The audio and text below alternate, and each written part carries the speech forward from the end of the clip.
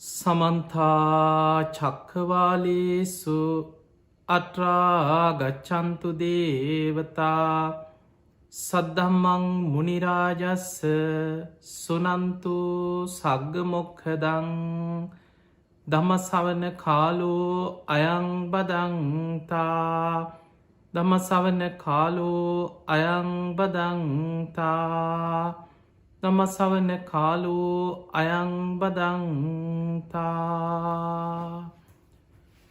නමෝ තස්ස භගවතු වරහතු සම්මා සම්බුද්දස්ස නමෝ තස්ස භගවතු වරහතු සම්මා සම්බුද්දස්ස නමෝ තස්ස භගවතු වරහතු සම්මා සම්බුද්දස්ස. පිංගතුනේ බණ ඇසීම නිවන් දොරටුවක් වෙනවා. අපි කවදා කොතන කොයි මොහොතේ ධර්මයේ ශ්‍රවණය කරත් අපි බණ අහනකොට දැඩි අධිෂ්ඨානයක් ඇති කරගන්නට ඕනේ මේ ධර්ම ශ්‍රවණය අපි හැම දිනාටම නිවන් දොරටුවක් බවට පත්වේවා කියන අධිෂ්ඨානය. ඒ නිසා ඔබ හැම දිනාටමත් අද මේ ධර්මයේ ශ්‍රවණය කරන විශේෂයෙන් ඔස්ට්‍රේලියාවේ සැදැහැවතුන් බොහෝ පිරිසක් අන්තර්ජාලය ඔස්සේ සම්බන්ධ වෙනවා මේ නවසීලන්තේ ධර්ම දේශනාව ඔබේ ධර්ම දේශනාව. ඒවගේම ලංකාව පුරා පිරිස YouTube ඔස්සේ ඒවගේම Zoom app එක ඔස්සේ බොහෝ පිරිසක් මේ ධර්මය ශ්‍රවණය කරන. ඒ නිසා ලෝකෙ පුරා බොහෝ පිරිසකට සම්බන්ධ වෙන්න පුළුවන් ආකාරයට ඔබ එකතු වෙලා මේ ධර්මශ්‍රවණය අන්තර්ජාලය YouTube ඒවගේම Zoom මේ සමාජ මාධ්‍ය ජාලා ඔස්සේ ධර්මය දානය පිණිස ලබල දෙනවා. තිගේ ධර්මශ්‍රවනය කරන හැබ දෙනාටම ඔබ හැම දෙනාටම මේ ධර්මශ්‍රවනය නිවන්දොරටුවක් බවට පත්වේවා කියලා අපි මුලින්ම ආශිර්වාද කරන. පිංහතුනේ අපි මේ ධර්මාවබෝධය පිණිස පියවරෙන් පියවර යන ගමනේ අපි කවුරුත් බුදුරජාණන් වහන්සේගේ ධර්මය තුළ ඒ ධර්මාවබෝධය අරමුණු කරගෙන වීරිය වඩාගෙන යන ගමනක්තිය. ඔබත් එහෙමයි.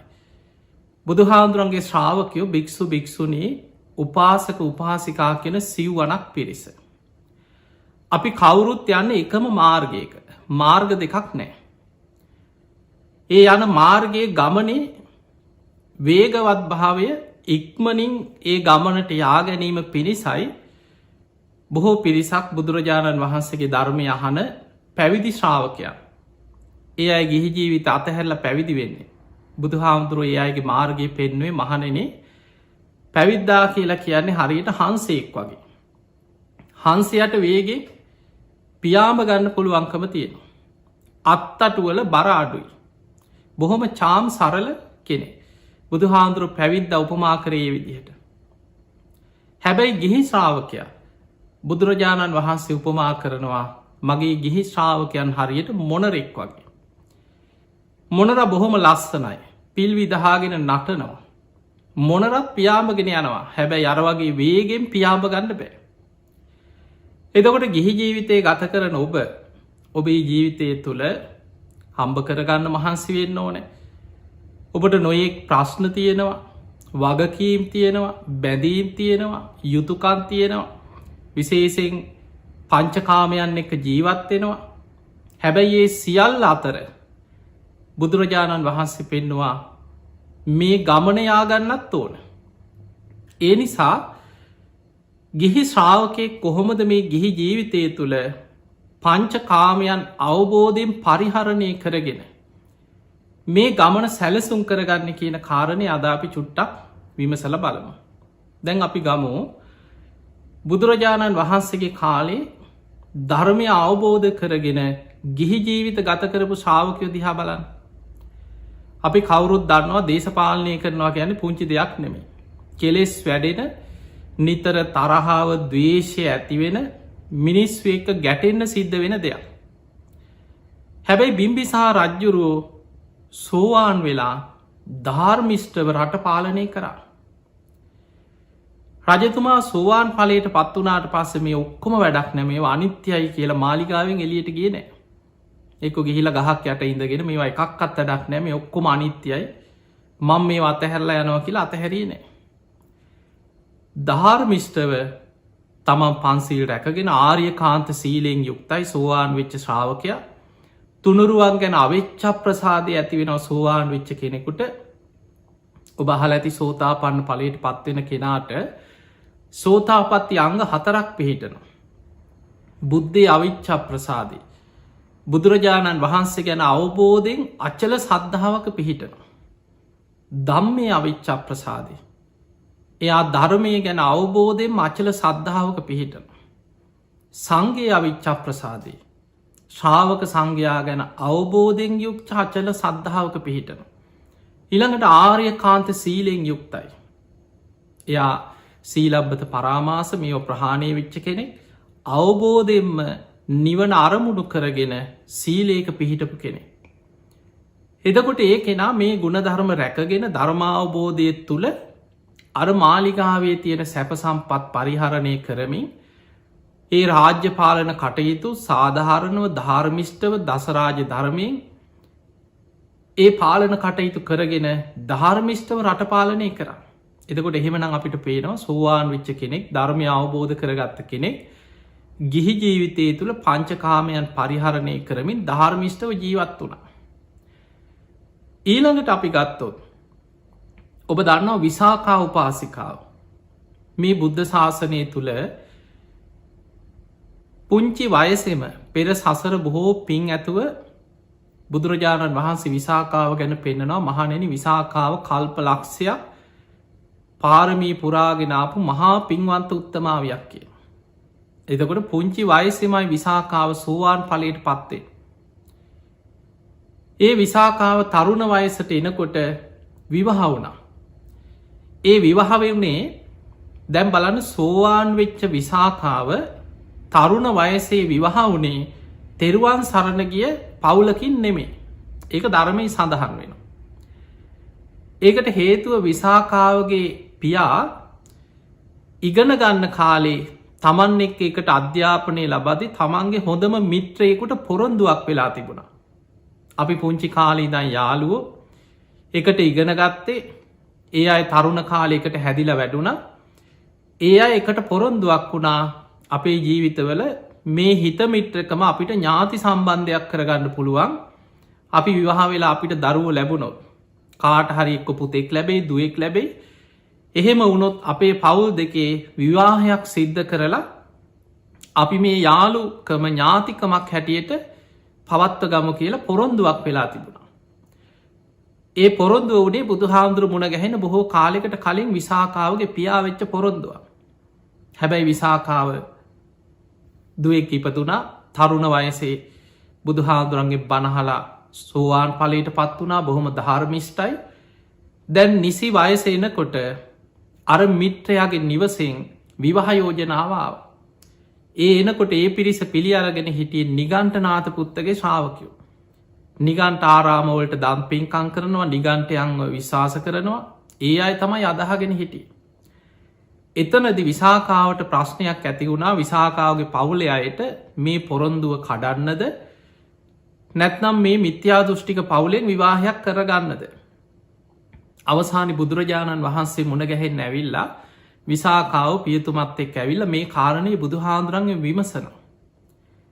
එතනදි බුදුරජාණන් වහන්සේ බුදුවැසින් දකිනවා මේ විවාහයෙන් විසාකාව නිසා ඒ පවුලටම යහපතක් උදා වෙනවා. ඒ සියලු දෙනා තිසරණේ පිහිටනවා. ඒ පවුලේ බොහෝ දෙනෙකුට ධර්මාවබෝධය ලැබෙනවා. ඒ නිසා බුදුරජාණන් වහන්සේ අවසර දෙනවා. ඒ පොරොන්දු වෙච්ච විදිහටම කතිකා කරගත්ත විදිහටම ඒ විවාහ කටයුතු ඒ විදිහට සිද්ධ කරන්න කියලා අවසර දෙනවා. ඊට පස්සේ මිගාර කියන පවුලත් එක්ක තමයි විසාකාව සම්බන්ධ වෙලා ඒ මිගාර සිටුතුමාගේ පුත්‍රයා එක්ක විවාහ වෙන්නේ. අවසානයේ ඔබ දන්නවා විසාකාවට වෙනම නමක් පට බැඳෙනවා මිගාර මාතාව කියලා. ඒ පවුලෙම අම්මා කියලා නමක් පට බැඳුණා.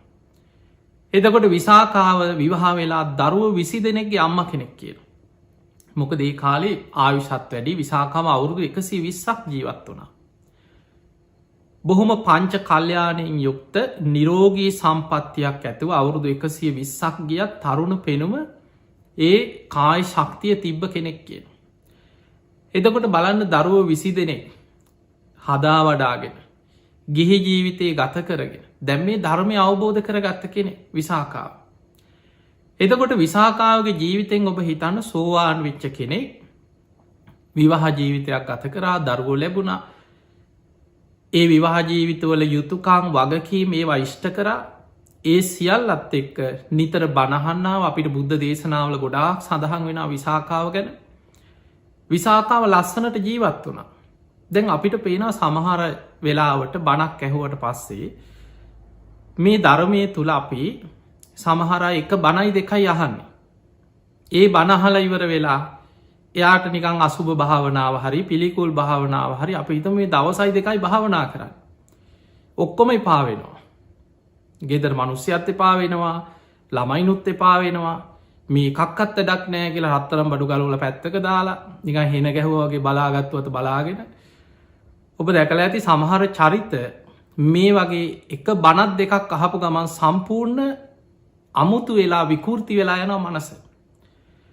දැන් ඔබ හිතන්න මේ අවබෝධයෙන් කාමයන් පරිහරණය කිරීමේ ස්වභාවය කොහොමද කියලා බුදුරජාණන් වහන්සේ පෙන්නනවා මහණෙනි ගිහි ශ්‍රාවකයන්ට කාමයන් පරිහරණය කරනවා. හැබැයි ආදීනව දස්සාවිනෝ. නිතර ආදීනව දකිමින් ආදීනව මෙනෙහි කරමින් ඒ කාමයන් පරිහරණය කරන්න. රජමැදුර හිටියත් හැම වෙලාවෙම මෙනෙහි කරනවා මේ සියල්ල අනිත්‍යයි. යම් දවසක මට මේ සියල්ල අතහැරල දාලා යන්න වෙනවා. දැම් බලන්න බිම්බිසා රජ්ජුරුවම ගන්න. බිම්බිසා රජතුමා තමන්ගේ දේවියට තමයි අර සංසාරයේ පලිගන්න ආපු සංසාර වෛරක්කාරය කුසේ පිළිසින ගත් අජාසත්ත. එදකොට මේ අජාසත්තට තරුණ වයිසේ කොච්චර ආදරෙන් හදා වඩා ගත්තත් ඒ වෙනකොට බිම්බිසා රජ්ජුරු සෝවාන් වෙලා හිටි. ඒ නිසා දේවිය මුලදි මේ දරුව නැති කරන්න හිතුවත් රජතුමා එකට ඉඩ තිබෙන.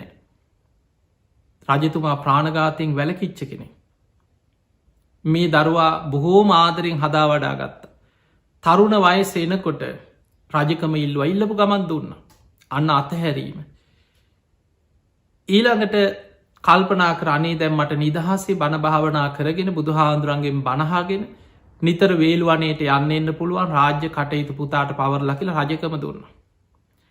ඊට පස්සේ තමයි බිම්බිසා රජ්ජුරුවන්ව හිර කරේ. දැම් බලන්න අර හිර කුටියක දාලා කන්න නැතුව වද දුන්න කියලෝ බොය කතා අහලා තියෙනවා. අපි නිකම් මානසිකත්වය හිතම මේ සාමාන්‍ය මනුස්සයෙක් නෙමෙයිනි. ධර්මය අවබෝධ කරගත්ත කෙනෙක්ගේ පෘතජ්ජන කෙනෙක්ගේ මානසිකත්වය හොඳට ඔබ අධ්‍යනය කරල බලන්න. සාමාන්‍ය තාත්ත කෙනෙකුට නම් තමන්ගේ පුතා මේ විදිහට කාම්බරයක දාලා කන්න නොදී දවස් දෙක තුනක් වහලා තිබ්බොත් බිම්බිසා රජ්ජුරුවන්ව ඇදගෙන ගිහිල්ල තනි හිරකුටියක් හදලා විශාල ප්‍රාකාරයක් බැඳල මේ හිරකුටිය දාලා කන්න නොදී වහල දාලා තිබ්බේ. මුලදි දේවියට බලන්න දුන්න අවසානයේ දේවිය බත්මුලක් අරගෙන ගිහි ලහුණ ඊට පස්සේ ඒක වැලැක්වා ඊට පස්සේ තමන්ට කන්න දෙන කෑම අඹරල ඇගේ ගාගෙන ගියා කෙන සලුවකින් වහගෙන. ඒකත් අහුනාට පස්සේ කාටවත් බලන්න යන්න දෙන්නේ. කන්න දෙන්නෙත් නෑ වතුර දෙන්නෙත් නෑ. ඔය මැරිච්ච දෙන් කියලා වදකයන්ට කිව කන්න බොන්න දෙන්න එපා මැරෙන්න්න යවන්න කියලා දාලා තිබ්බ. දැන් හිතන්න පෘතජ්ජන සාමාන්‍ය අවබෝධයක් නැති තාත්ත කෙනෙක් නම් කොච්චර අර දරුවට වෛර කරනවාද කියලා හිතන් සාමාන්‍ය කේන්තියාව හම හිතනවන මං මේ කට ඉගැන්නුවේ මෙහෙමයි. මේ කාට කන්න බොන්න දුන්න මෙහෙමයි. මේකා හදා වදාගත්ත මෙහෙමයි. මේකා මට දෙන වද කියලා හිතනවද නැද්ද. හිතෙන වයික තමයි මනුස්ස ස්වභාවය. සාමාන්‍ය සමහරය එහෙම හිතලා එක්කො දුක් වෙනවා. සමහරු පලිගන්න හිතනවා මං කොහොමහරි ඕකාගෙන් පලිගන්න. දැම් බලන්න මිනිස්සු පුංචි දේවල්වට වෛර බඳින් හැටි පෘතජ්ජන මනස සමහට පොඩි දෙයක් සංසාරයේ දිගටම වෛරය අරගෙන යන සමහරු වයසට ගිහිල්ල දත්මිටි කකා මැරෙන වෙලාවිත් කියෙන මං මැරිලා හරි ඕකගෙන් පලිගන්න. ඔබ හල ඇතින ඕන තරම් ඔය වගේ කතානේ. එදකොට සමහරු දැ පරලව ගැන බයි නැතිවෙන වෛරය බලවත් වනාට පස්සේ. මේ කෙලෙස්වල භයානකකම තමයි දවේශය වෛරයේ රාගය මේවා බලවත් වෙනකොට ආදීනවයට බය නැතිවෙන. ඒක බුදුහාදුරු පෙන්න්නනවා. සමහරුව කියනවන මං අපාය ගියත් කමක් නෑ කිය ඔබ හල ඇතින ඕන තර කේන්ති ගියාට පස්ස කියනව නෑ උන්ගෙන් පලි අරගෙන ඕන අපායකම යන්නම් කියනවා. මට අපාය හොඳයි කියනවා. එතකොට අපිට පේනවා මිනිස්සු අපාය බය නැති වෙනවා එතකොට.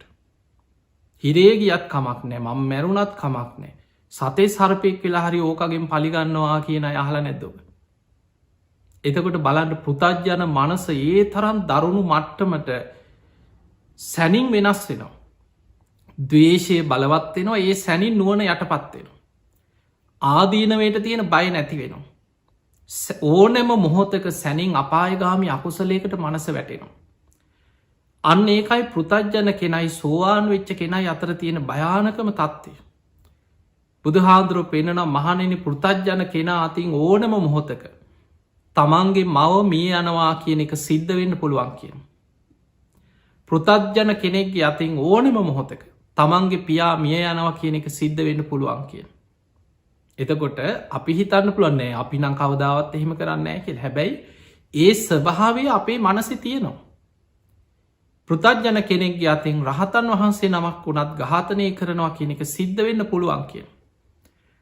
සංගබේදේ බුදු කෙනෙක්ගේ හරි ලේසවලෝනවා කියන එක පෘතජ්ජනයක් ඇති වෙන්න පුළුව ඔය පංචානන්තරි අකුසලයක් වෙන්න පුළුවන්. ඒවගේමයි පෘතජ්ජන කෙනාගේ ජීවිතයේ සතර අපාය මහගෙදර වගේ අපායටම නැබුරු වෙච්ච ජීවිතයක්. එයාගේ හැම වෙලාවෙම සැනින් කෙලෙස් බලවත් එනකොට අපායගාමි අකුසල් වලටම හිත බලවත්වෙන. ඕනම මොහොතක මිත්‍යා දෘෂ්ටියක් වැළඳගන්න පුළුවන් කියන. ධර්මය අතහැරන. කොච්චර වැඳගෙන සාදු කිය මේ බුදුන් වැඳගෙන හිටියත් සැනින් වෙනස් වෙන්න පුළුවන්කන පුතජන ජීවිතය. හැබැයි සෝවාන් වෙච්ච කෙනාගේ ස්වභාවය සෝවාන් වෙච්ච කෙනා චතුරාරි සත්‍ය ගැන සත්‍යඥානයෙන් යුක්තයි. සත්‍යඥානයෙන් යුක්ත කෙනා සම්මාධිට්්‍ය ඇතිකර ගත්ත කෙනා බුදුහාන්දුරුව පෙන්න්නනවා අපායගාමි අකුසල් සියල්ල ප්‍රහාණය වෙච්ච කෙනෙ. එයාගේ අතින් අපායගාමි අකුසලයක් සිද්ධ වෙනවා කියන එක සිද්ධ නොවෙන දෙයක් කියනවා. නේතන් ටහනං විච්චති එක කවදාව සිද්ධ වෙන්න කියන. කොයිම වෙලාවකවත් දවේශය බලවත් වනත් රාගය ඇති වනත් කේන්ති ගිය ඔබ හිතන සුවාන් විච්ච කෙනෙකුට රාග දවේශමූහ ඇතිවෙන්න නැද්ද ඇති වෙනවා. රාගේ තියන ඔසවාන් විච්ච කෙනා රාග නැති වෙලා නෑ දවේශයක්ත් ඇති වෙනවා. කාමරාග පටික ප්‍රහාණය වෙන්නේ අනාගාමී වෙනකොට මතකතියාගන්න. සෝවාන් වෙනකොට නැතිවෙන්නේ සක්කායිදිත්ති විචිකිච්ඡා සීලබ්බත පරාමාස කියන ත්‍රිවිධ සංයෝජන. සකදාගාමී වෙනකොට කාමරාග පටික තුනී වෙනවා නැති වෙනවා නෙමේ. සකදාගාමි කෙනාටත් කාමරාග පටික සංයෝජන යම් ප්‍රමාණයකට ඉතුරු වෙනවා. අනාගාමී වෙන ශ්‍රාවකය තුළ තමයි කාමරාග පටික සම්පූර්ණයෙන් ප්‍රහාණය වෙන්. එතකොට සෝවාන් විච්ච කෙනාට රාගේ තිය නොනැත්තින හැබැයි අපායගාමි අකුසලයකට වැටෙන්නේ කවදාව. ඔහු තමන්ගේ සීලේ ඉක්මවා යන්නේ විවාහ වෙච්ච කෙනෙක් නං තමන්ගේ බිරිද ඉක්මවා යන්නේ කවදාව. එක්කො ස්වාමිය ඉක්මවා යන්නේ. තමන්ගේ සීමාව තුළ තමන් කොයිම වෙලාවකවත් පංච සීලෙ බිඳගන්නේ නැතුව අවබෝධයෙන් ආර්යකාන්ත සීලයක් කියන්නේ එක. දවේශය ඇතිවෙන්න පුළුවන් හැබැයි ඒ සැනින් ආදීනව සිහිවෙන. තරහ යනවා සෝවාන් විච්ච කෙනාට තරහ යනවා. හැබැයි ඒ සැනින් ආදීනව සිහිවෙන. ආදීනව දස්සාාවෙන. අපායගාමි අකුසලයකට වැටෙන්නෑ කියටවා. හිතට සිතුවිල් ආවත් දවේශයක් ඇති වුනත් කේන්ති ගිය සැනින් ධර්මය සිහි කරගන්න. අන්නේ නිසා රැකෙනවා. දැ බලන්න බිම්බිසා රජ්ජුරු අච්චර වද දෙද්දී. මේ ධර්මය අවබෝධ කරපු කෙනෙක්ගේ මානසික ස්වභාවය ඔබ හිතන්නක කොච්චර ශේෂ්ඨද කියලා. අර හිරකුටිය පුංචි කවුලුවක් තිබ්බ කියනවා. ඒ කවුලුවෙන් බලනකොට ඈතින් පේනවා බුදුරජාණන් වහන්සේ ගිජ්ජකූට පරොතේ වැඩඉන්න ගන්ධකුටිය ඈතට පේනවා. ඒ දිහා බලාගෙන බුදුගුණ සිහි කරන. බුදුරජාණන් වහන්සේ කාන්තින් අරහන්. උන්වහන්සේ කාන්තයෙන් සම්මා සම්බුද්ධයි. බුදුරජාණන් වහන්සේ විජ්ජාචන්න සම්පන්නයි. සුගතෝ ලෝකවිදු. හනුත්තරෝ පුරිස දම් සාර්ථී සත්තා දේව මනුස්සානම් බුද්ධෝ භගවා බුදුගුණ සිහි කරනවා ඉදිහා බලාගෙන. ඊළඟට හිතනව බුදුරජාණන් වහන්සේගේ ධර්මය කොච්චරනම් සත්‍යයක්ද. මේ ධර්මය ඒ කාන්තෙන් සාක්ඛාතයි. ඉපදීම දුකයි කියලා නේද බුදුහාන්දුරුවෝ දේශනා කරේ. ඉපදිච්ච නිසානේද මම මේ දුක් විඳින්නේ. අන්න බලන්න ධර්මයට ගලපෙන හැටි.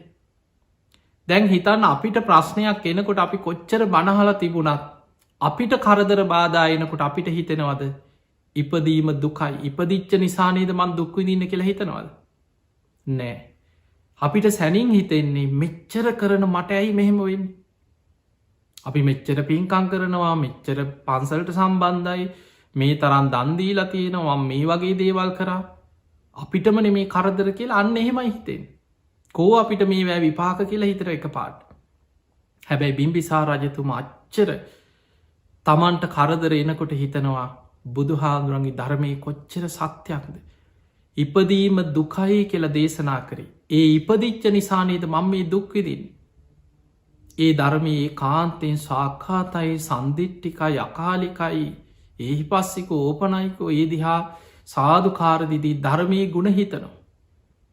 දැන් ඔබ හිතන්න ඔබ මේ උදාහරණ වලින්ම ජීවිතය හොඳට විමසල බලන්නකු. දැන් සාමාන්‍ය පුද්ගල බිම්බිසාර රජතුමා තමයි මේ බුද්ධ ශාසනයේ පළවෙනිම ආරාමය හදල පූජ කරේ. ඔබ දන්නවා ඒ තමයි වේළුවනාරාමය. තමන්ගේ රාජකීය උයන තමයි බුදුහාමුදුරන්ට ඉස්සරලාම ආරාමයක් හදල පූජා කිරුවේ.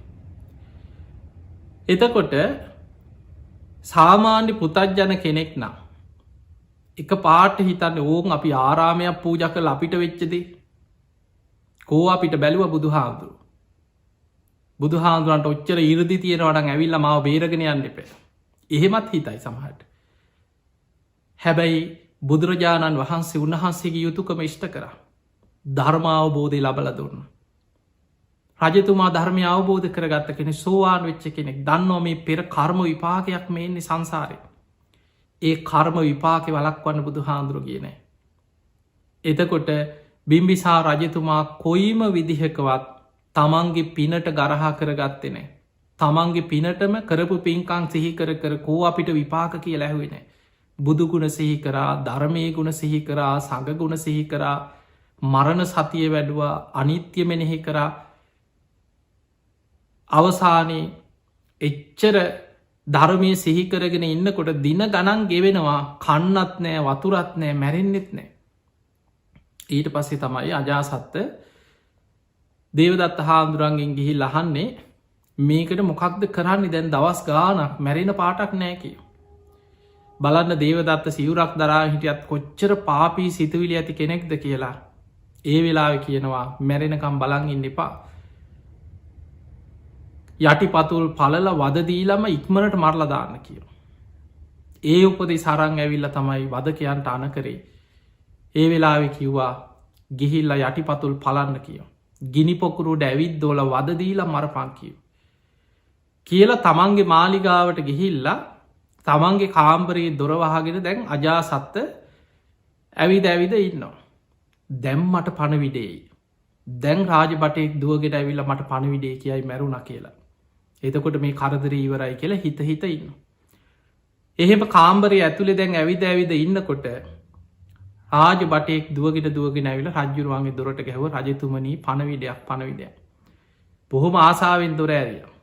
බලාපොරොත්තු වෙච්ච පණවිඩේ නෙමෙයි. රජතුමනී ඔබේ දේවිය පුත්කුමාරයෙක් බිහි කරා කියෝ. ඒ වෙලාවෙ තමන්ට ඉස්සල්ලාම තමන්ට පුතෙක් ලැබුණ කියලා දැනගත්ත රජ්ජුරුවෝ දේවිය ඉන්න මාලිගාවේ කොටසට දුවගෙන ගිය. යනකොට තමන්ගේ අම්මා ඒ මොහොතෙම ඉපදිච්ච දරුව පුතා වතේ තියාගෙන ඉන්නවා. කෝමගේ පුතා කියල දරුව අතට ගත්තා. දරුව අතට ගන්නකොට ඒ වෙලාවෙ අර අම්ම කියනවා පුතේ නුබ ඉපදිච්ච දවසෙත් නුබේ තාත්තා ඔය වගේ මයිකිව සතුටුනේ. එහෙම කියලා පුංචි කාලෙ විස්තර කියාගෙන යනකොට තමන්ට දරාගන්න බැරි දුකක් ඇති වුණා. තමන්ට දරුවෙක් ලැබිච්ච වෙලාවෙ තමයි දරු සෙනෙහස ගැන තේරුණේ. ඒ වෙලාම දරු අම්මගේ අතට දීලා දුවගෙන ගියා බිම්බිසා රජ්ජුරුවන්ට වද දෙන එක නවත්තල තාත්තාව බේරගන්න. අජාසත් ඈතින් එනවා දැක බිම්බිසා රජ්ජුරුව එහෙම පණගියා නින්දෙන් පිබිදියා වගේ දිවිය ලෝකෙ පහළ වුණා. චාතුම් මහාරාජික දිවිය ලෝකේ වෛශ්‍රවට දෙවියන් යටතේ දේවතාවෙක් හැටියට පහළ වුණ ජනවසභ හැටියට. ධර්මී සඳහන් වෙන දීගනිකාය තියෙනවා ජනවසභ කියල සූත්‍රය. දීගනිකාය කියන බුදුරජාණන් වහන්සේගේ ධර්ම ග්‍රන්ථ අත්තර දීර්ඝ දේශන ඇතුළත් කොටස තමයි දීගනිකාය කියන. අපේ බුදුරජාණන් වහන්සේ දවසක් ගිජ්ජකූට පරොත්තේ වැඩඉන්නකොට තොට බිම්බිසා රජ්ජුරු මැරල ටික දවසක් ගිහිල්ලා මිය ගිහිල්ලා. දවසක් මහරාත්‍රයේ මුළු ගිජ්ජකූට පරවතේ ආලෝකමත් කරගෙන විශාල ආලෝකයක් විහිදවාගෙන දේවතාවෙක් ඇවිල්ල බුදුරජාණන් වහන්සේට වන්දනා කළ එකත් පසකින් හිටගෙන වැඳගෙන කියනවා ස්වාමීනී මමයි ජනවසභ මමයි ජනවසභ කියව. බුදුරජාණන් වහන්සේ යහනවා ජනවසභ ඔබ දැන් දෙව්ලොව පහළ වෙලා ඔබ මේ දවස්වල ඔබේ අප්‍රමාදී ඔබ කුමක් පිණිසද වෙහෙසෙන්නේ.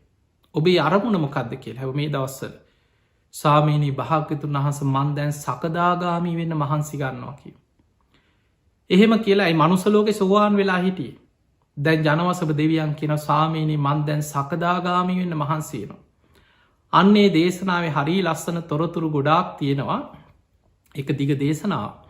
ඒක තියෙනවා සාමීනී භාග්‍යතුන් වහන්ස පෝය දවස්වලට සුධර්මා කියන දිවිය සභාවට දිවිය ලෝකෙ තියෙන්නේ. තවතිසා දෙව්ලොව තියෙන සුධර්මා දිවිය සභාව.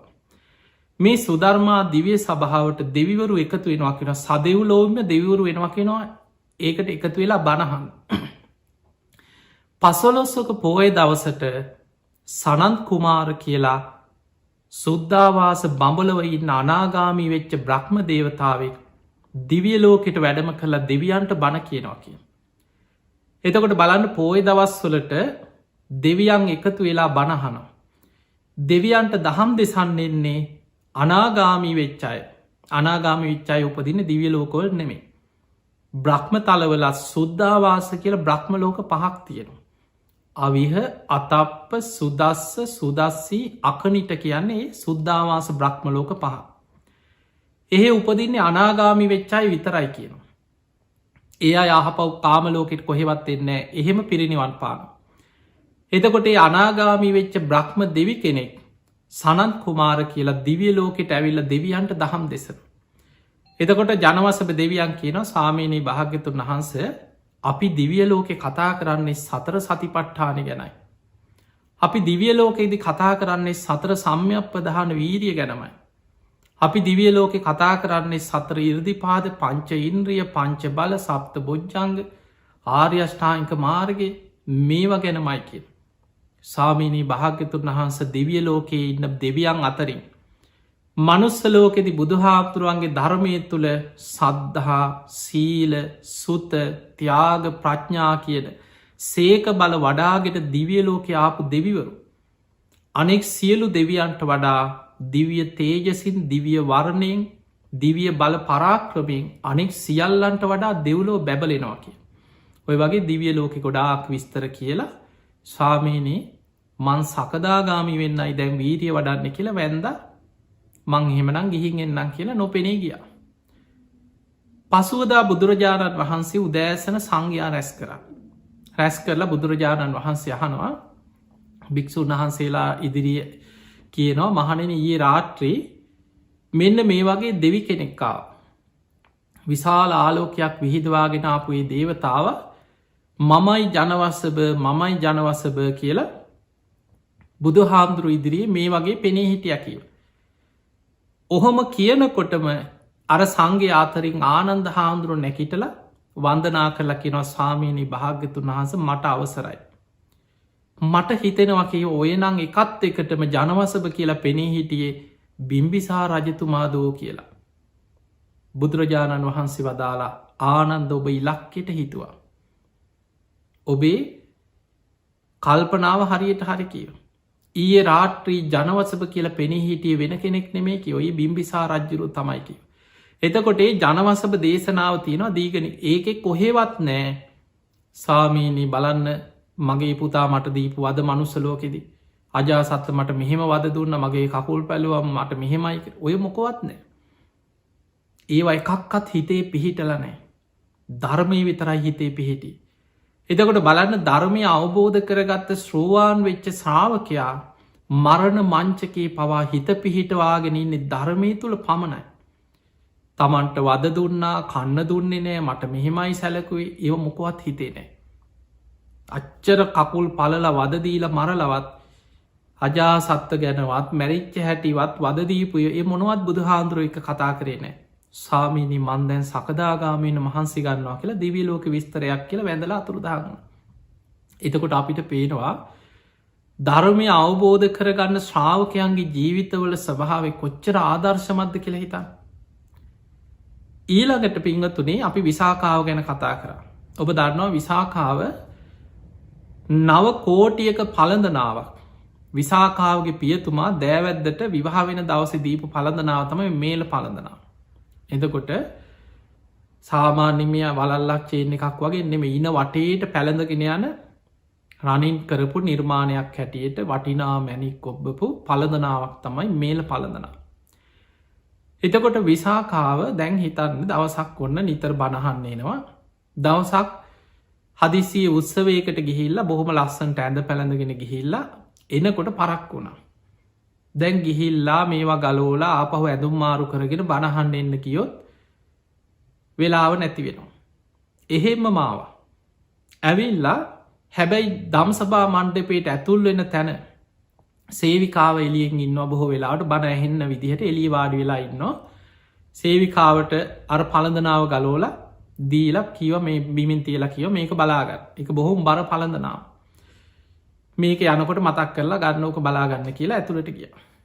දැම් බලන්න නව කෝටියක පළඳනාව දීලයි වෙලා ඇතුළට ගිහිල්ල පාඩුවේ දම්සභා මණ්ඩපේ වාඩි වෙලා බණැහව. ඒ ධර්මය අහලා එදා බුදුහාමුදුරන්ගෙන් බණහලා ඒ ධර්ම කරුණුම සිහි කරගෙන දැම් මිනිස්සු හවස පිටත් වෙලා යනකොට සේවිකාවත් එක්කම ගියා. අමතක වුණා. දැම් බලන්න වෙන කෙනෙකුට ඕක අමතක වෙනවාද කියලා. කෝටි ගානක පළඳනාව. ගිහිල්ල රාත්‍රී දැන් නිදාගන්න ගියහම් මතක් වුණා සේවිකාවගෙන් ඇහකෝ අනේ සේවිකාමට අමතක වුණාක දැන් හිතන්න වෙන කෙනෙක් නම් බුදු අම්මෝ මගේ පළඳනාව කියලා ආපහු දුවගෙන එනවන්නේ.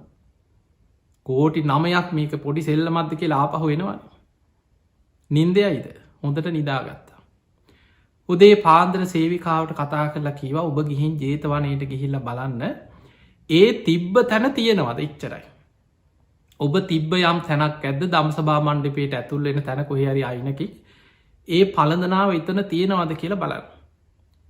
එතන නැත්නං ඒ කාන්තෙන් ආනන්ද හාමුදුරු හරි කවුරු හරි පරිස්සමට අරගෙන තියල ඇත්තේ.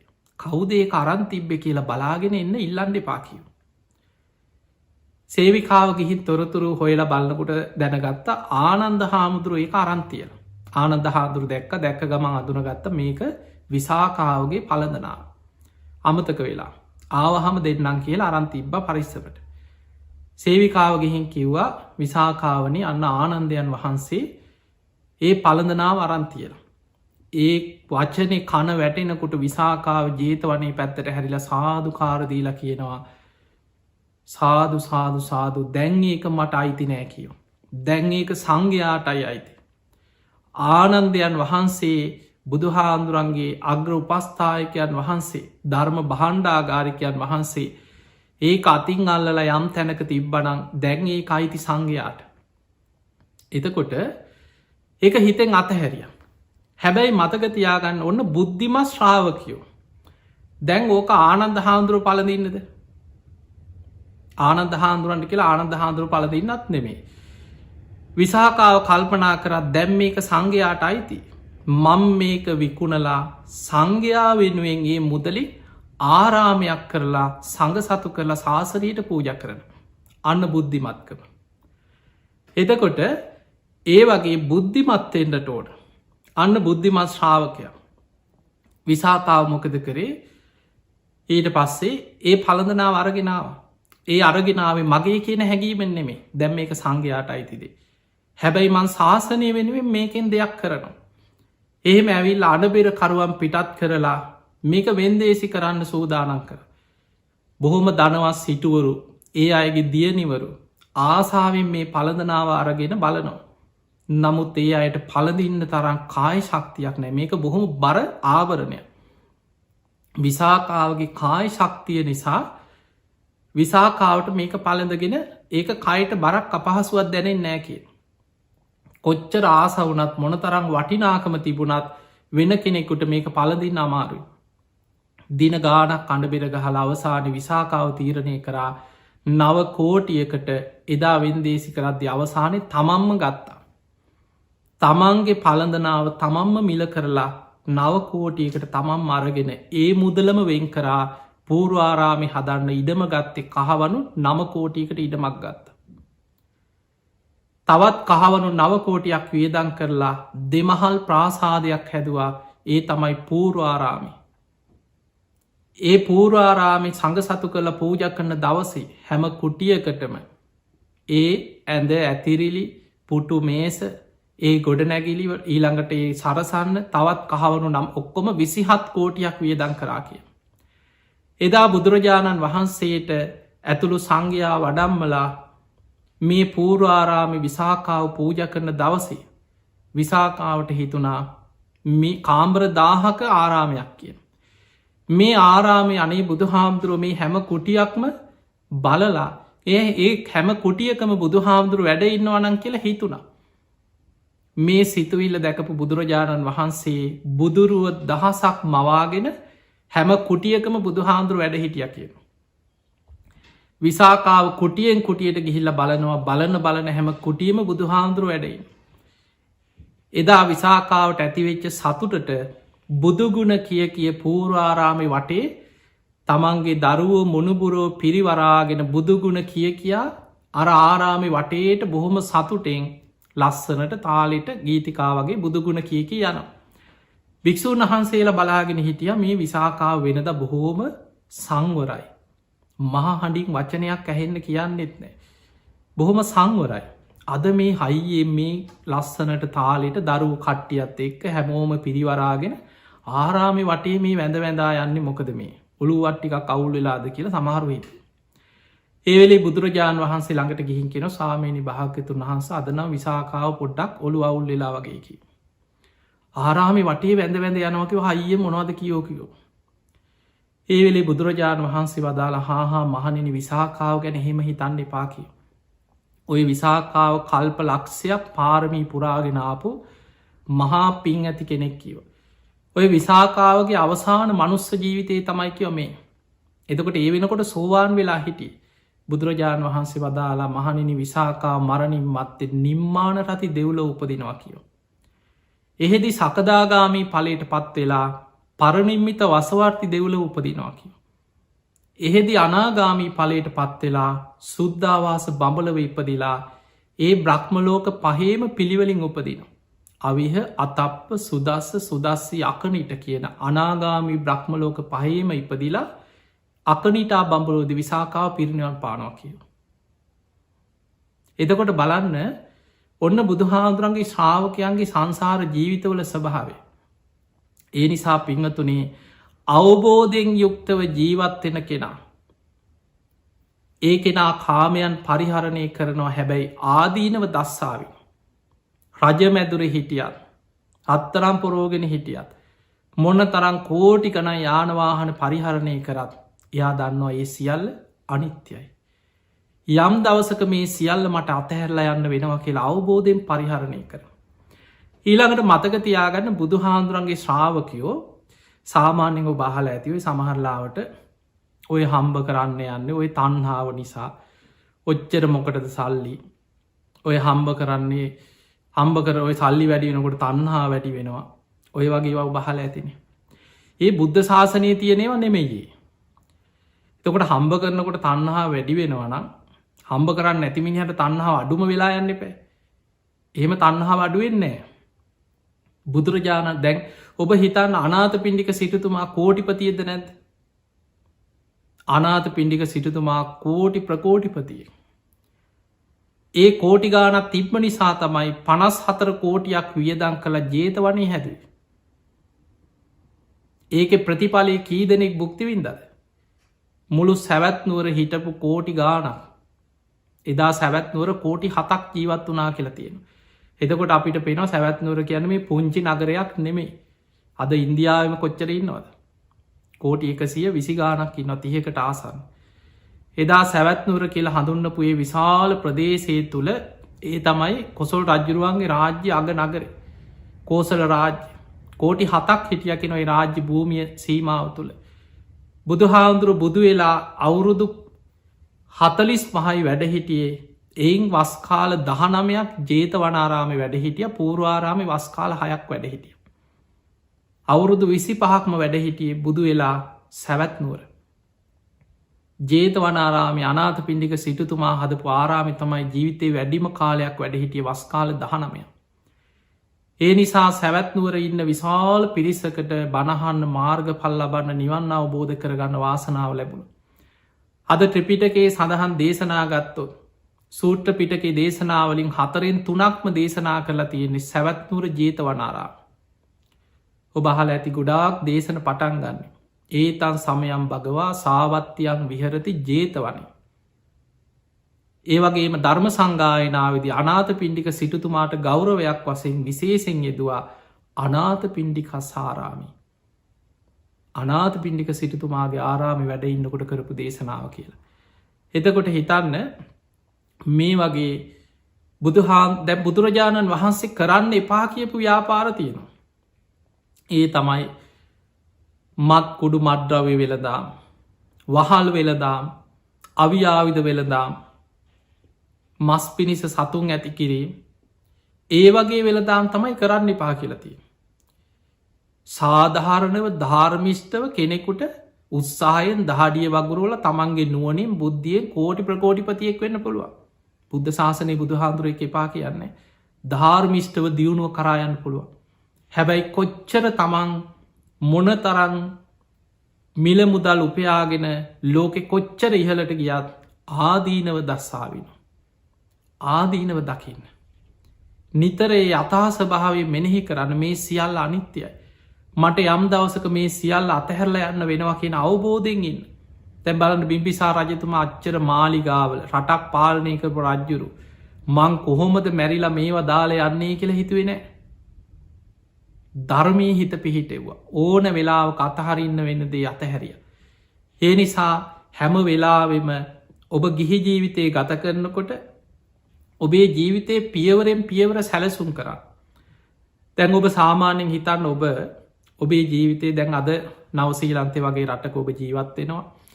සමහරලාවට මේ ඉන්න බොහෝ පිරිස ගොඩක් දුක්විඳලා ඉගෙනගෙන තමන් බොහොම කැපකිරීම් ජීවිතය කරලා ඊළඟට මේ වගේ රටවල්ලෝට ඇවිල්ල තමන් උසස් ජීවිතයක් ගතක සාමාන්‍ය මිනිස්සුන්ට වඩා ලොකු කැපකිරීම ජීවිත ආපස්සට හිතනකොට ඔබට පේනවා ඇති ලොකු කැපකිරීමක් ඕන මනුස්සෙක් කරන්න ඕන. අධ්‍යාපනයෙන් වේවා රැකියාවල වේවා ජීවිතය විශාල කැපකිරීම් කරලා අභියෝග භාරගෙන යම් තැනකට ආපු පිරිසා. එතකොට අපි ඉගෙන ගන්න වේවා රස්සාාවක් කරන්න වේවා ඔබට යම්කිසි ඉලක්කයක් තිය නැති මං කොහොමහරි මේ තැනකට යන. එතකොට ඒ වගේ අපිට ධර්මය තුළ ජීවිත ඉලක්කයක් හදාගත්. අඩ්ඩුම ගානි සෝවාන් වෙනවා කියලා. මේ ජීවිතේ කොහොම හරිමන් ධර්මය අවබෝධ කරගෙන සෝවාන් වෙන තැනට මගේ ජීවිතය සකස් කරගන්න. එතකොට ඒකනං අපේ ඉලක්කේ ඒ ඉලක්කෙ තුළ ජීවත්වෙන කෙනා අනික් කටයුතුවල දෙන අතරතුර හැම වෙලාවෙම ඒ ධර්මාවබෝධය නැමති එකම ඉලක්කය හැම වෙලාවෙම සිහි කරගෙන උදේ නැකිට්ටත් දවසේ බුදුන් ඇදල තුනුරුවන් සිහි කරලා දැඩි අධිෂ්ඨානයක් ඇති කරගන්න අද දවස තුළ මං මගේ සද්ධහා සීල සුත ත්‍යාග ප්‍රඥා මේ ගුණධර්ම වැඩෙන විදිහට මගේ ගුණධර්මෝට හානියක් නොයන විදිහට මං අද දවස ධර්මානුකූලෝ ගත කරනු. රස්සාාවට ගියත් යන එනකොට බණක් අහගෙන යන්න පුළුවන වාහන ඉදාට බණක් අහගෙන යනවා. තමන්ට පුළුවන් විදිහට විවේකයක් ලැබුණා බණපොතක් කියවන්න ලැබුණොත් පොතක් කියවනෝ. එක්කෝ අන්තර්ජාලයෙන් හරි බණක් අහනෝ. ගෙදර වාඩි වෙලා හරි භාවනා කරන්න ලැබුණොත් විනාඩි 10ක් වෙන්න පුළුවන් පුටුවක හරි. නින්ද යනකම් බුදුගුණ ටික හරි හිතන්න පුළුවන්නම් බුදුගුණ සිහි කරනවා. ජීවිතේ නිතර මෙනෙහි කරන මේ සියල්ල අනිත්‍යයි. කොයි තරම් දැන් නිකං හිතන්න අපි අපේ පවුලේ 10 දෙනෙක් කියලා හැබැයි අපි කැමති වුණත් අකමැති වුණත් කවදා හෝ මළගෙවල් 10ක්කේ. කාට කවද කොතන ඉස්සරවෙයිද අපි කවුරුත් දන්නේ. ඒ නිසා ජීවිතයේ ස්වභාවය අපිට යාළුවෝ හිතමිත්‍රයෝ නෑදෑයෝ 300ක් කියන්නේ කවදා හෝ මළගෙවල් 300ක්. අපි වගේම මේ ලෝකෙක් තව කොච්චර ජීවත් වනාද මීට කාලෙකට කලින් අද යොක්කොම පොලොට පස්සෙලා. අද අපි ගෙවල් හදාගෙන මගේ කියලා ඉඩම් වෙන් කරගෙන අපි මේ ගොඩනගාගෙන ලෝකයක් ගොඩනගාගෙන ඉන්නේ අපේ මත්තීත මුතුම් මිත්තන්ගේ සොහොම පිට්ටනිය උඩ.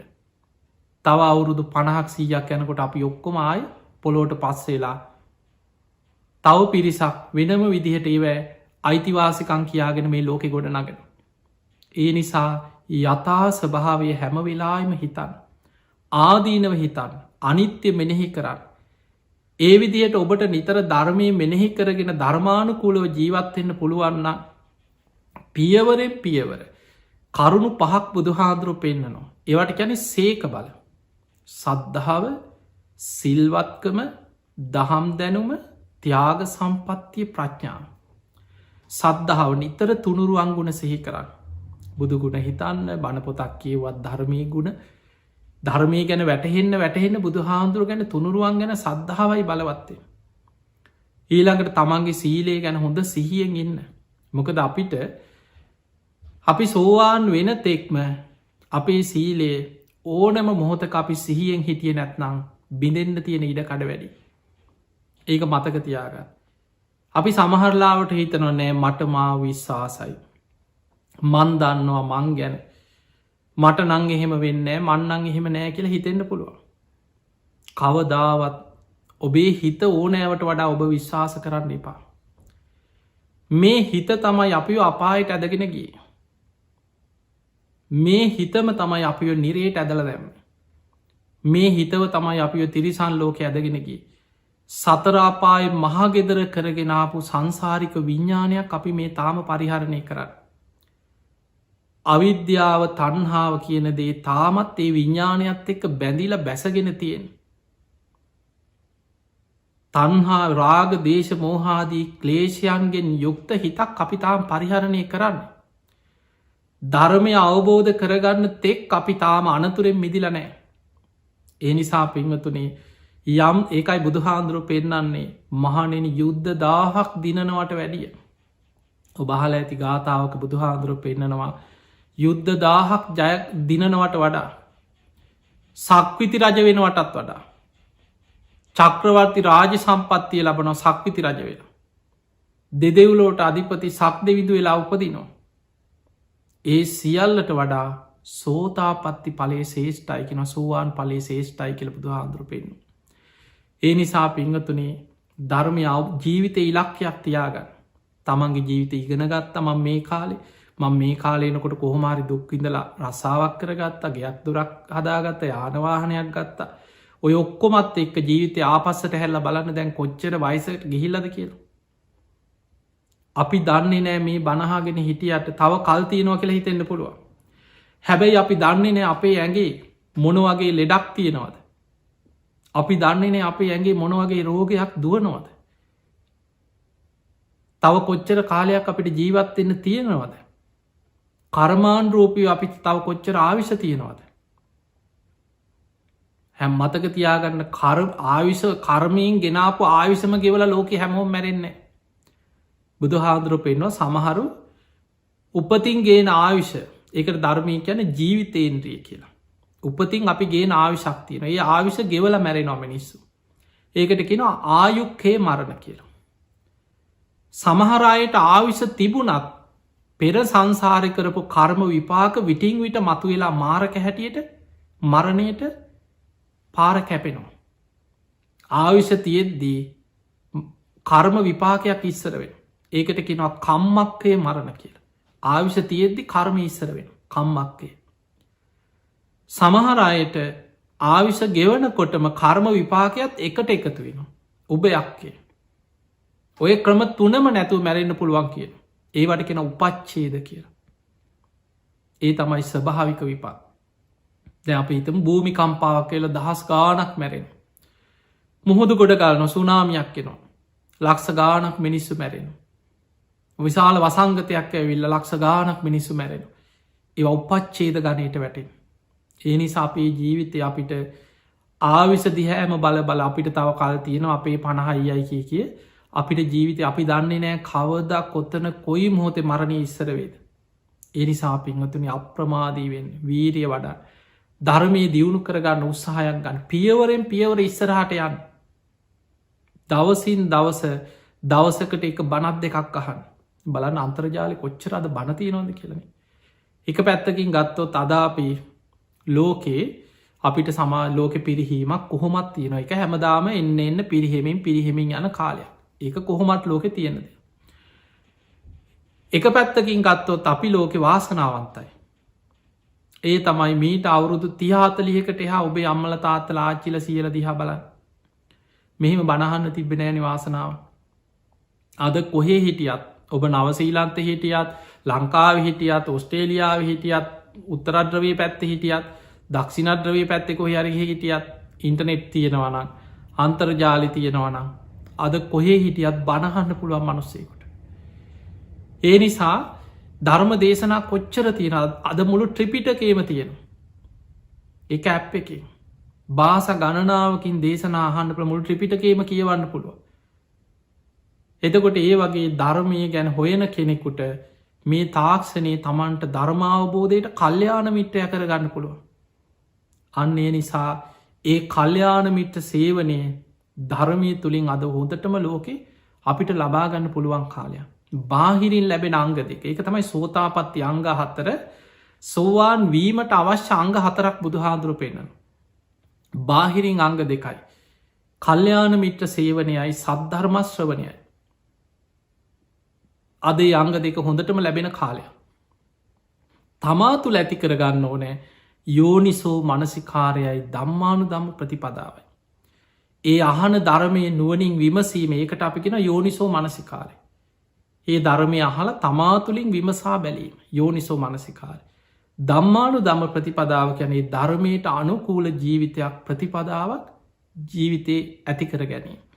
ඔන්න ඔය කරුණු ඇති කරගන්න දවසින් දවස ධර්මාවබෝධය පැත්තට ජීවිතය ගමන් කරන්න.